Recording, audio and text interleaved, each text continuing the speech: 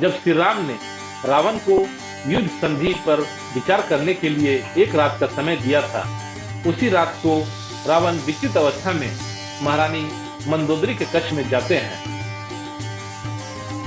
तो महारानी मंदोदरी उनके पसीने को पोंछती हुई कहती हैं, नाथ, समस्त गुरुजन आपको समझा रहे हैं। आपके नाना जी, आपके ससुर, आपकी माता सभी ने एक ही बात कही है कि सीता को लौटाकर राम के शरण में चला जाऊं। यदि यही बात तुम भी कहने वाली हो तो हमारा उत्तर भी सुन लो। ये नहीं हो सकता, नहीं हो सकता, नहीं हो सकता, यह कदापि नहीं हो सकता। रावण सीता को अपनी रानी बनाएगा, उसे लौटाएगा नहीं। परंतु सीता मानेगी तब ना, मानना ही पड़ेगा। रावण की इच्छा का विरोध करना देवी देवताओं के लिए भी संभव नहीं, तो फिर बेचारी सीता क्या है। महाबली, आप चर अचर, देव दानव मानव, यम कुबेर दिक्पाल, यहाँ तक कि साक्षात काल को भी अपने भुजबल से जीत सकते हैं, परंतु एक सती सदवंती नारी के मन को नहीं जीत सकते। स्त्री का हृदय दया, ममता और स्नेह का आगाध सागर है। स्त्री प्रेम में पंखुड़ी के समान कोमल, परंतु अपने सत्य धर्म के पालन में वह हिमालय से भी अधिक अविचल है। पर्वत तो भूचाल से दहल भी सकते हैं, परंतु स्त्री का हृदय बड़े से बड़े प्रलोभन, भीषण से भीषण भय से भी अपने धर्म से कण भर भी विचलित नहीं होता। तो रावण भी जो निश्चय कर लेता है, उससे कंस तो क्या अणु भर भी पीछे नहीं हटता। सीता या तो रावण के वनवास में रहेगी या यही उसकी चिता जलेगी। प्राणनाथ, ये दुराग्रह करने का अवसर नहीं है। अंगद केवल एक ही रात का समय दे गया है, यही अंतिम निर्णय की रात है। लंका केवल इतिहास के पन्नों पर ही लिखी रह जाएगी। यदि आप चाहें तो इतिहास और काल के धारे को मृत्यु से जीवन की ओर मोड़ सकते हैं। राक्षसी की आने वाली पीढ़ियां आपकी ऋणी रहेंगी। मित्रता और संधि के लिए आगे बढ़े हुए श्री राम के हाथ को स्वीकार कर लीजिए नाथ। महारानी मंदोदरी, इन सब बूढ़े कायरों ने मिलकर तुम्हारी मति भ्रमित कर दी है। उनके डराने से भयभीत होकर भावावेश में आकर आप क्या कर रही हैं, आप नहीं जानती। आप एक तुच्छ वनवासी नर के चरणों में सिर झुकाकर उनसे क्षमा मांगने को कह रही हैं।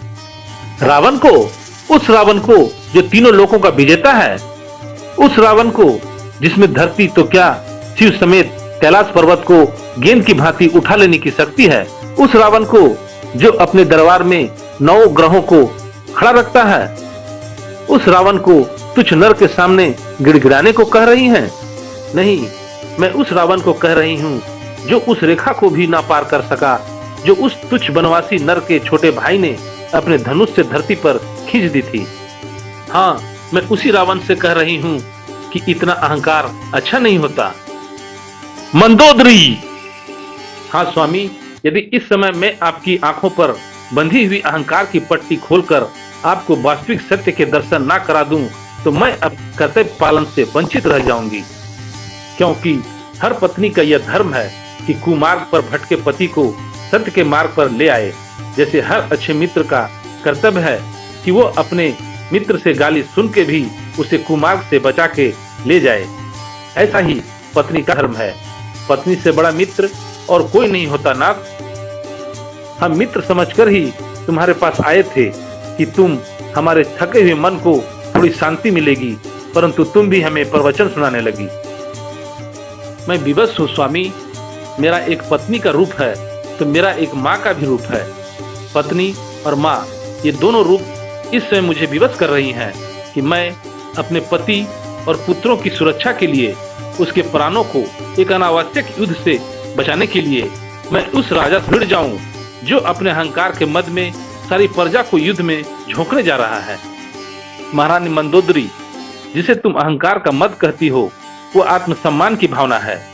एक कायर पुरुष की पत्नी होने से एक वीर पुरुष की विधवा होने में अधिक सम्मान है। जो भिखारियों से भीख मांगता फिरे, ऐसे पति के जीवित रहने से क्या लाभ?